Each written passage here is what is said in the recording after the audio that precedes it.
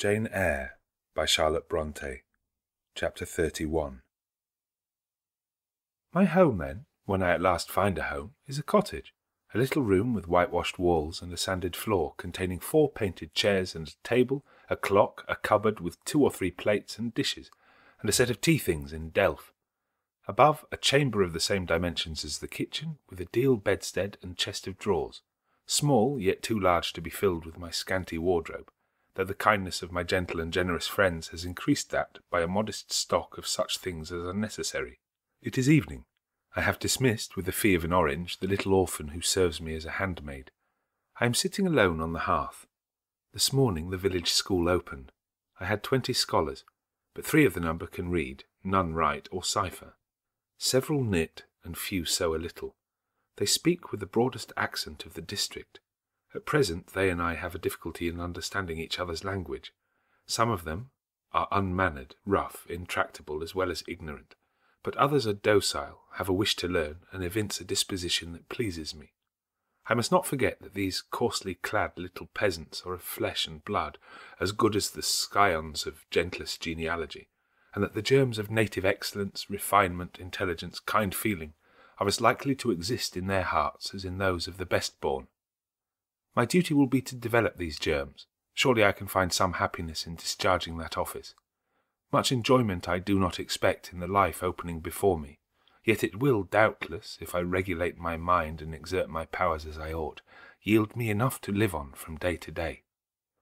Was I very gleeful, settled, content during the hours I passed in yonder bare, humble schoolroom this morning and afternoon? Not to deceive myself, I must reply, no. I felt desolate to a degree. I felt, yes, idiot that I am, I felt degraded. I doubted I had taken a step which sank instead of raising me in the scale of social existence. I was weakly dismayed at the ignorance, the poverty, the coarseness of all I heard and saw round me. But let me not hate and despise myself too much for these feelings. I know them to be wrong. That is a great step gained. I shall strive to overcome them.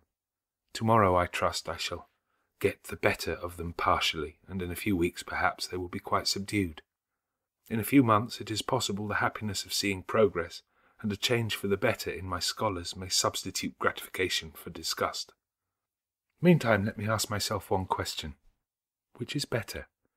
To have surrendered to temptation, listened to passion, made no painful effort, no struggle, but to have sunk down in the silken snare, fallen asleep on the flowers covering it, wakened in a southern clime amongst the luxuries of a pleasure villa, to have been now living in France, Mr. Rochester's mistress, delirious with his love half my time, for he would, oh yes, he would have loved me well for a while.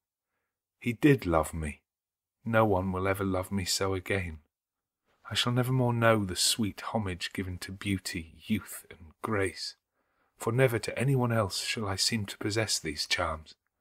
He was fond and proud of me. It is what no man besides will ever be. But where am I wandering, and what am I saying, and above all feeling? Whether is it better, I asked, to be a slave in a fool's paradise at Marseilles, fevered with delusive bliss one hour, suffocating with the bitterest tears of remorse and shame the next, or to be a village schoolmistress, free and honest, in a breezy mountain nook in the healthy heart of England? Yes, I feel now that I was right when I adhered to principle and law, and scorned and crushed the insane promptings of a frenzied moment. God directed me to a correct choice. I thank his providence for the guidance. Having brought my eventide musings to this point, I rose, went to my door, and looked at the sunset of the harvest day, and at the quiet fields before my cottage, which, with the school, was distant 1/2 mile from the village. The birds were singing their last strains. The air was mild, the dew was balm. While I looked, I thought myself happy, and was surprised to find myself ere long weeping. And why? For the doom which had reft me from adhesion to my master. For him I was no more to see. For the desperate grief and fatal fury, consequences of my departure, which might now perhaps be dragging him from the path of right, too far to leave hope of ultimate restoration thither. At this thought I turned my face aside from the lovely sky of Eve and lonely vale of Morton. I say lonely, for in that bend of it visible to me there was no building apparent save the church and the parsonage half hid in trees, and quite at the extremity the roof of Vale Hall where the rich Mr. Oliver and his daughter lived. I hid my eyes and leant my head against the stone frame of my door, but soon a slight noise near the wicket which shut in my tiny garden from the meadow beyond it made me look up. A dog, old Carlo, Mr. River's pointer, as I saw in a moment, was pushing the gate with his nose, and St. John himself leant upon it with folded arms, his brow knit, his gaze, grave almost to displeasure, fixed on me. I asked him to come in. "No, I cannot stay. I have only brought you the little parcel my sisters left for you. I think it contains a colour box, pencils, and paper." I approached to take it. A welcome gift it was. He examined my face, I thought, with austerity. As I came near, the traces of tears were doubtless very visible upon it.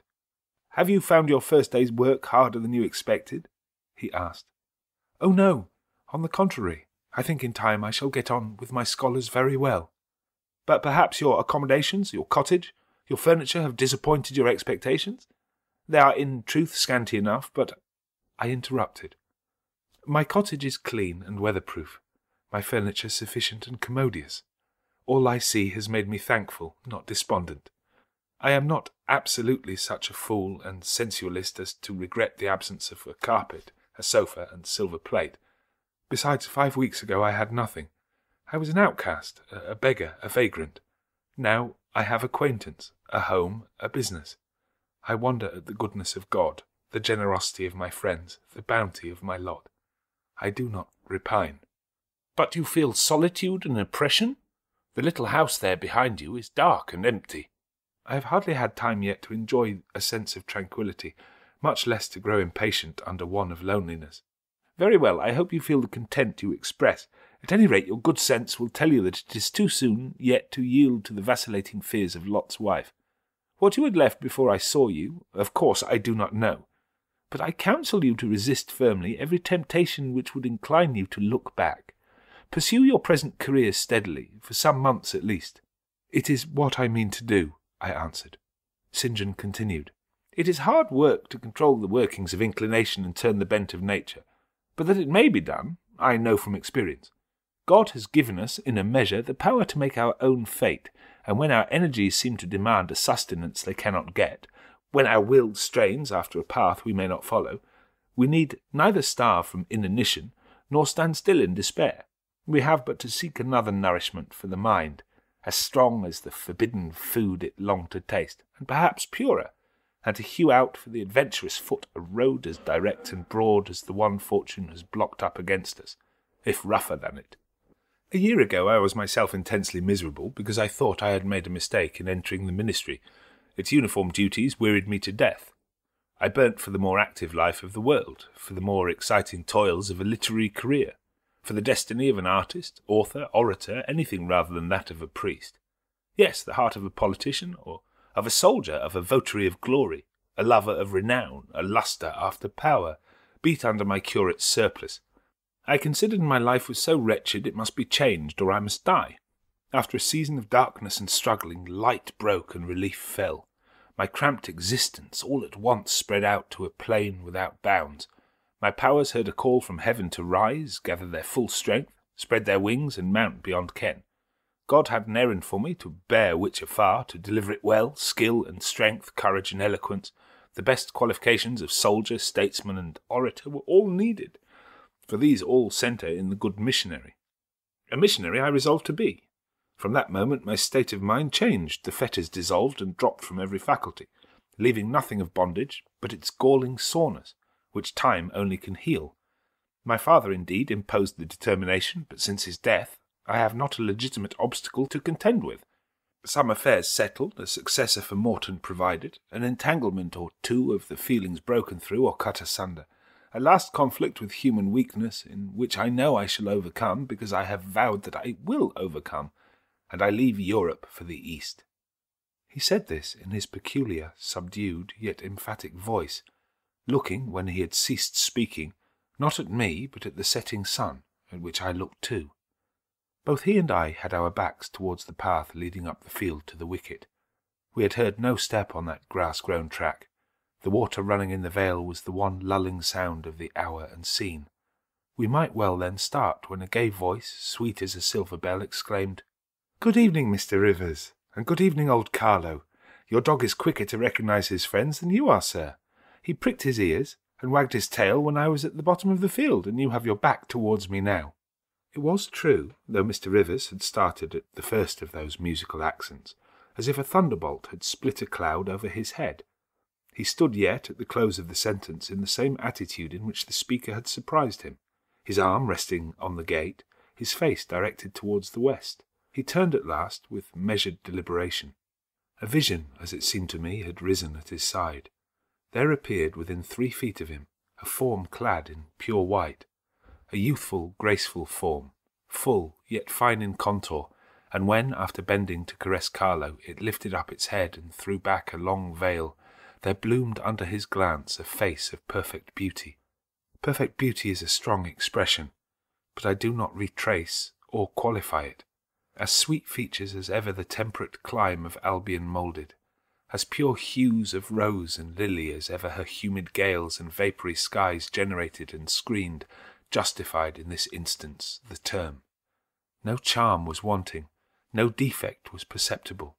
The young girl had regular and delicate lineaments, eyes shaped and coloured as we see them in lovely pictures, large and dark, and full, the long and shadowy eyelash which encircles a fine eye with so soft a fascination, the pencilled brow which gives such clearness, the white smooth forehead which adds such repose to the livelier beauties of tint and ray, the cheek oval, fresh and smooth, the lips fresh too, ruddy, healthy, sweetly formed, the even and gleaming teeth without flaw, the small dimpled chin, the ornament of rich, plenteous tresses, all advantages, in short, which, combined, realise the ideal of beauty, were fully hers. I wondered as I looked at this fair creature. I admired her with my whole heart. Nature had surely formed her in a partial mood, and forgetting her usual stinted stepmother dole of gifts, had endowed this her darling with a grand dame's bounty. What did St. John Rivers think of this earthly angel? I naturally asked myself that question as I saw him turn to her and look at her, and, as naturally, I sought the answer to the inquiry in his countenance. He had already withdrawn his eye from the perry, and was looking at the humble tuft of daisies which grew by the wicket. "A lovely evening, but late for you to be out alone," he said as he crushed the snowy heads of the closed flowers with his foot. "Oh, I only came home from Sheffield this afternoon. Papa told me that you had opened your school and that the new mistress was come, so I put on my bonnet after tea and ran up the valley to see her. This is she?" pointing to me. "It is," said St. John. "Do you think you shall like Morton?" she asked of me with a direct and naive simplicity of tone and manner, pleasing, if childlike. "I hope I shall. I have many inducements to do so." "Did you find your scholars as attentive as you expected?" "Quite." "Do you like your house?" "Very much." "Have I furnished it nicely?" "Very nicely indeed." "And made a good choice of attendant for you in Alice Wood?" "You have indeed. She is teachable and handy." This, then, I thought, is Miss Oliver, the heiress, favoured, it seems, in the gifts of fortune as well as in those of nature. What happy combination of the planets presided over her birth, I wonder. "I shall come up and help you to teach sometimes," she added. "It will be a change for me to visit you now and then, and I like a change. Mr. Rivers, I have been so gay during my stay at Sheffield. Last night, or rather this morning, I was dancing till 2 o'clock. The 20th Regiment are stationed there since the riots, and the officers are the most agreeable men in the world. They all put our young knife-grinders and scissor merchants to shame." It seemed to me that Mr. St. John's underlip protruded, and his upper lip curled a moment. His mouth certainly looked a good deal compressed, and the lower part of his face unusually stern and square, as the laughing girl gave him this information. He lifted his gaze, too, from the daisies, and turned it on her. An unsmiling, a searching, a meaning gaze it was. She answered it with a second laugh, and laughter well became her youth, her roses, her dimples, her bright eyes. As he stood mute and grave, she again fell to caressing Carlo. "Poor Carlo loves me," said she. He is not stern and distant to his friends, and if he could speak, he would not be silent." As she patted the dog's head, bending with native grace before his young and austere master, I saw a glow rise to that master's face. I saw his solemn eye melt with sudden fire and flicker with resistless emotion. Flushed and kindled thus, he looked nearly as beautiful for a man as she for a woman.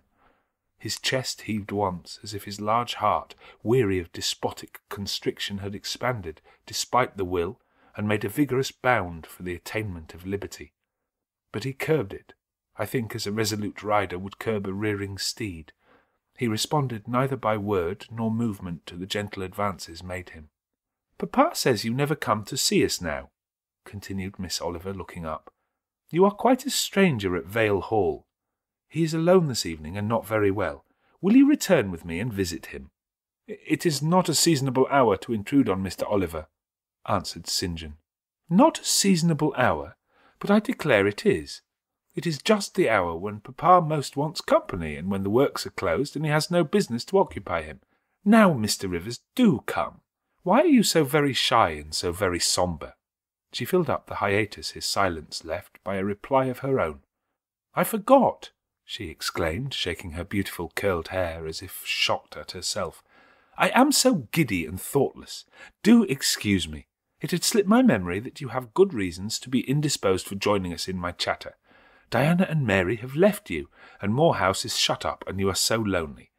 I am sure I pity you. Do come and see Papa." "Not tonight, Miss Rosamond. Not tonight." Mr. St. John spoke almost like an automaton. Himself only knew the effort it cost him thus to refuse. "Well, if you are so obstinate, I will leave you, for I dare not stay any longer. The dew begins to fall. Good evening." She held out her hand. He just touched it. "Good evening," he repeated in a voice low and hollow as an echo. She turned, but in a moment returned. "Are you well?" she asked. Well might she put the question. His face was blanched as her gown. "Quite well," he enunciated, and, with a bow, he left the gate. She went one way, he another. She turned twice to gaze after him as she tripped fairy-like down the field. He, as he strode firmly across, never turned at all. This spectacle of another's suffering and sacrifice rapt my thoughts from exclusive meditation on my own. Diana Rivers had designated her brother inexorable as death. She had not exaggerated.